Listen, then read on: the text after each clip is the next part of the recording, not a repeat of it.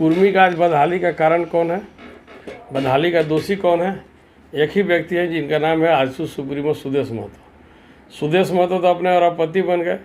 22 वर्ष के शासनकाल में लगभग 15-16 वर्ष वो लगातार सरकार में मंत्री पद पर हैं, लेकिन उनके समाज का क्या स्थिति है?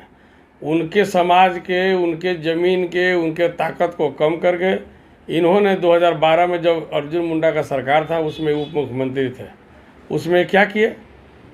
उनको उप मुख्यमंत्री की हैसियत से कुर्मी जाति को, कई जातियाँ संशोधन में आया, लेकिन कुर्मी जाति को दबाव बनाकर CNT में शामिल करा दिया, जिसका नतीजा हो गया कि आज ये कुर्मी जाति जो है कि बदहाली के रास्ते पर है। ऐसे नेताओं को, जनता को चुनने का और पहचानने का ज़रूरत है। ये बाबूलाल मरांडी जी जब 2000 में सरकार में थे, मुखिया थे राज्य का, तो उस समय मिनिस्टर थे, इंडिपेंडेंट जीत कर आए थे। और उस समय क्या हुआ, जब 27% आरक्षण OBC को था तो कटौती करके 14 करवा दिए थे। तो ये हर तरह से जनता के जो है कि हक और अधिकार को मारने का ये काम किए, और आज भी इनका जो कार्यक्रम है प्रायोजित है। पीछे से लोगों को लकड़ी लगा दिए हैं, नौजवान बेरोजगार लोगों को भटकाए हुए हैं, और नतीजा है कि जो है कि वो लोग आज भटक रहे हैं। जिसको शिक्षा, रोजी रोजगार, कारोबार के रास्ते में ले जाना है, उसको आप जो है कि जो खेतिहर किसान मजदूर, जो रोजी दैनिक मजदूर जो काम करने वाले लोग हैं, उसको आप जो है कि रास्ता से भटका। और वही काम बाबूलाल मरांडी जी का भी है।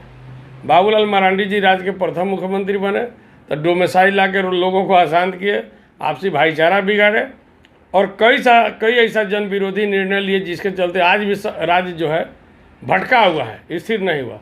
और उस समय भारतीय जनता पार्टी के नेता थे, और आज फिर भारतीय जनता पार्टी के वो नेता हैं, और फिर जो है कि स्थानीय नीति और जो है कि आपको ये भाषा, ये सब विवाद जो आया और उसमें ये लोग मज़ा लूट रहे हैं। तो इन लोगों को समाधान करने के बजाय ये लोग आग लगाने का काम कर रहे हैं। ऐसे नेताओं से राज्य की जनता को बचने की ज़रूरत है। अगर राज्य की जनता नहीं पहचानेगा अपने समाज को, और जाति के नाम पर अगर नेताओं को अति मनोबल बढ़ाइएगा, तो निश्चित तौर पर आपको जो है कि और पीछे के रास्ते और जो है कि नीचे स्तर पर जाना पड़ेगा। और नतीजा होगा कि कुर्मी जाति का ज़मीन जो कमर्शियल होना चाहिए था, व्यवसायिक, झारखंड में उद्योग धंधा नहीं लग रहा है। इसका कारण क्या है? आज उन लोगों का ज़मीन केवल खेती करने के अलावा कोई काम कर नहीं रह गया है।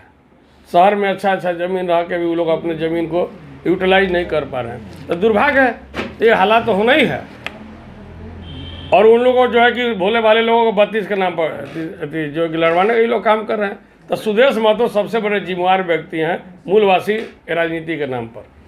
कैलाश जी, जब रघुवर दास की सरकार में जब ये 85 का कट ऑफ डेट रखा गया था स्थानीय नीति के लिए, तो सुदेश महतो के पार्टी के तो मंत्री थे चंद्र प्रकाश चौधरी, उन्होंने तो लड्डू बांटा था विधानसभा के दरवाजे गेट पर। और जिस समय जो पिछड़ों का आरक्षण की जो आप बात कर रहे हैं, जो 27% से घटा के 14% कर दिया गया, तो क्या पिछड़े वर्ग में जो कुर्मी आते हैं उन लोग को ये पता नहीं चल रहा है कि उनके लिए नुकसानदेह है? ये इस बात को तो कोई नहीं उठाता है। अब चूंकि उसको ढकने का काम कर रहे हैं, अब उसको लिपापोती करने का काम कर रहे हैं। और हम लोग जब झारखंड OBC आरक्षण मंच के नेतृत्व में बैनर तले जब हम लोग 27 पर आरक्षण का मांग करना शुरू किए, तब इन लोगों की जो है कि बेचैनी बढ़ी। अब दिग्भ्रमित कर रहे हैं लोगों को। और कटौती के होने में सुदेश महतो भी थे सरकार में। और आप जैसे बता रहे कि 1985 जब पिछले बार जो आपको स्थानीय नियोजन नीति जो बनाया गया था, तो उसमें लड्डू बांट रहे थे। तो इन लोग का चेहरा बेनकाब हो गया, और ऐसे चेहरे को बेनकाब करने की ज़रूरत है। और जो लोग इनके पीछे दीवाने हो रहे हैं, जो जा रहे हैं लोभ में, लालच में, ऐसे लोगों को पहचाने और ऐसे लोगों को बहिष्कार भी करें, क्योंकि ये लोग राज्य के लिए जो है कि हितकारी हैं। और जब तक ये लोग ऐसे पार्टी के नेता राज्य में रहेंगे, झारखंड में जो है कि अशांति रहेगा, और झारखंड कभी विकास के मार्ग पर नहीं जाएगा। ये मेरा स्पष्ट कहना है। 1932 तक कभी होना नहीं, चूँकि ब्रिटिश सर्वे है। भारत में कोई भी ब्रिटिश कानून लागू नहीं हो सकता, ये तो स्टेट है। तो इसलिए इसको करना बेकार है। और सारा चीज़ से अवगत होकर समझ बूझ के राज्य के मुख्यमंत्री ने इस इशू को जो है कि सदन में कह के लौटा दिया, और बता दिया कि कभी नहीं हो सकता है, क्योंकि जनता भी खारिज कर चुकी है, और जो है कि न्यायालय भी, माननीय न्यायालय ने भी खारिज कर चुका है। ये कहीं भी सर्वोच्च न्यायालय तक भी नहीं टिकेगा। इसलिए मुख्यमंत्री ने सारे पहलुओं को खंगाल के समीक्षा करके, लीगल ओपिनियन लेकर, सब कुछ समझ बूझ के उसके बाद सदन में बयान दिया। उसके बाद सबको इस मामले को अनिश्चितता समाप्त कर देना चाहिए। अब इस विषय में कोई सवाल नहीं होना चाहिए था। लेकिन लोग इसको 1932 के नाम पर अपना रोजी रोटी सेक रहे हैं और इस फेरा में जो है कि लोगों को बरगला रहे हैं। इससे कुछ होना जाना नहीं है और बेवजह का इसको अब तूल देने का काम बंद होना चाहिए 1932 के नाम पर। अब केवल भाषा विवाद रह गया है। भाषा विवाद को भी हम उम्मीद करते हैं कि माननीय मुख्यमंत्री इसको सुलझाएंगे। हम लोग अखिल भारतीय भोजपुरी मगही मैथिली अंक मंच के माध्यम से मिलने का काम करेंगे मुख्यमंत्री से और बोलेंगे कि इस भाषा को मामला को सुलझाइए, नहीं तो ये आग जो है कि बढ़ते जा रहा है। इसको भी आपको देखना आपका दायित्व बनता है, क्योंकि कहीं ना कहीं सरकार से भूल चूक हुई है इस निर्णय में।